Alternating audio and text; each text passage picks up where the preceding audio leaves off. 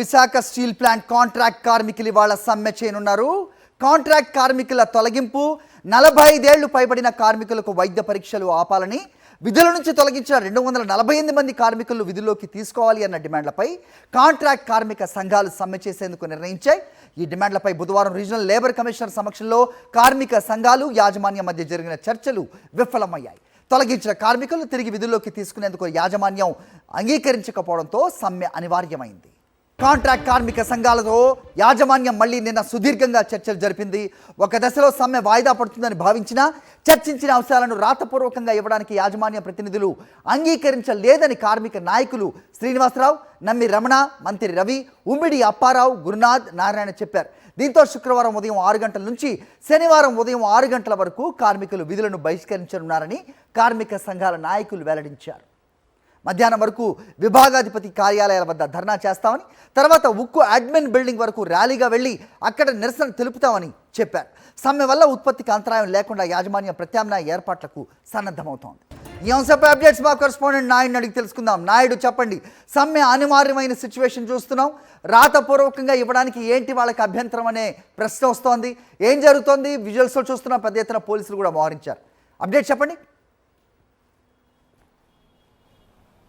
అది steel plant యాజమాన్యం కార్మిక వ్యతిరేక విధానాలు నిరసిస్తూ కాంట్రాక్ట్ కార్మికులందరూ కూడా ఒక్కరోజు సమ్మెకు పిలుపునిచ్చారు. ఈ రోజు ఉదయం 6 గంటల నుంచి రేపు ఉదయం 6 గంటల వరకు ఈ సమ్మె నిర్వహిస్తున్నామని స్పష్టం చేశారు. కాంట్రాక్ట్ ఉద్యోగుల తొలగింపు మీద గత కొన్ని రోజుల నుంచి కూడా యాజమాన్యం అలాగే కాంట్రాక్ట్ కార్మికుల మధ్య చర్చలు జరుగుతున్నాయి. అయినప్పటికీ కూడా ఎక్కడా కూడా ఈ చర్చలు ఒక కొలిక్కి రాలేదు.